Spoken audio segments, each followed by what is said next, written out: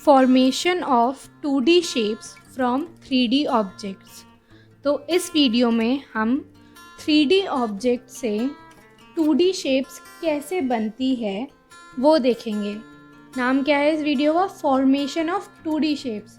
2D shapes का formation from 3D objects. किसकी मदद से?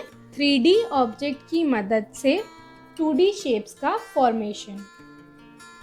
अब इसी टाइटल के नीचे मैंने आपको एक एग्जाम्पल देने की कोशिश की है, जिसमें पहले तो टॉर्च है जो कि सोर्स ऑफ लाइट है, जिससे लाइट निकलती है। दूसरी इमेज एक ऑब्जेक्ट की है, वो क्यूब है। जो ऑब्जेक्ट है वो क्या है? एक 3D ऑब्जेक्ट है, क्योंकि हम उसे टच कर सकते हैं, उसे पकड़ सकते हैं। फिर एक एरो दिखाया गया है और उसके साइड में एक स्क्वायर फॉर्मेशन हो रहा है। तो इसका मतलब यहाँ पर ये है, जब हम टॉर्च क्यूब पर मारेंगे, क्यूब जो हमारी 3D ऑब्जेक्ट है उस पर जब हम टॉर्च मारेंगे तो उसकी शैडो जो बनेगी वो एक स्क्वायर शेप की होगी।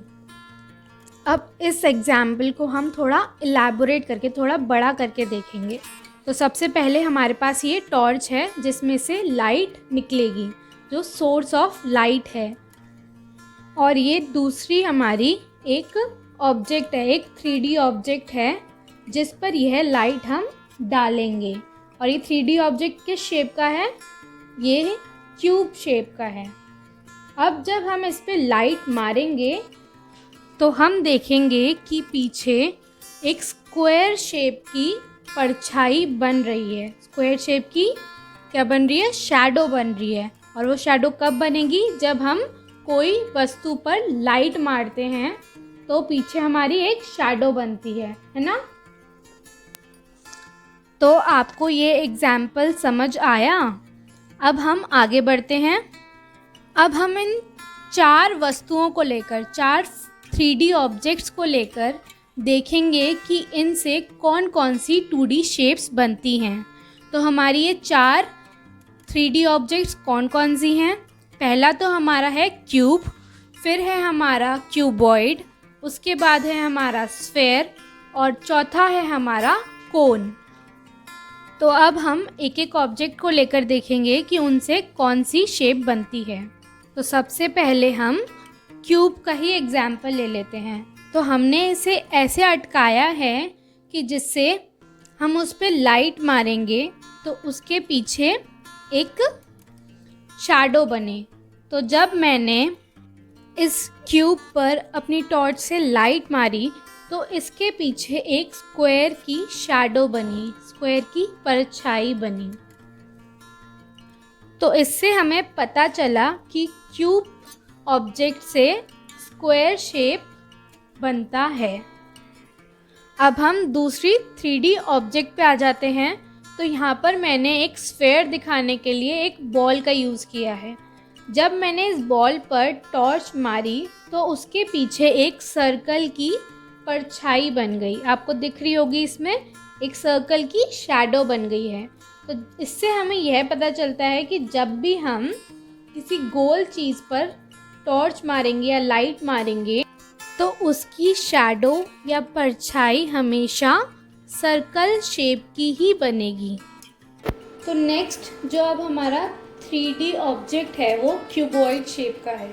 तो जब मैंने क्यूबॉइड शेप पर लाइट मारी तो उसके पीछे एक रेक्टेंगल शेप की परछाई बनी। उसकी शैडो किस शेप की बनी? रेक्टेंगल शेप की। तो इसका मतलब यह हुआ कि जब भी हम किसी क्यूबॉइड शेप की वस्तु के ऊपर लाइट मारेंगे तो उसकी परछाई किस शेप की बनेगी? रेक्टेंगल शेप की। अब ये हमारा लास्ट 3D ऑब्जेक्ट है जो कि कोन शेप का है। जब मैंने कोन पर लाइट मारी तो पीछे एक ट्रायंगल शेप की परछाई बनी, ट्रायंगल शेप की शैडो बनी। तो जब भी हम किसी कोन शेप की वस्तु पर लाइट मारेंगे तो हमें एक ट्रायंगल की शैडो देखने को मिलेगी। अब हमने चारों ऑब्जेक्ट्स की शैडो देखी कि उनसे कौन कौन सी शेप्स बनती हैं।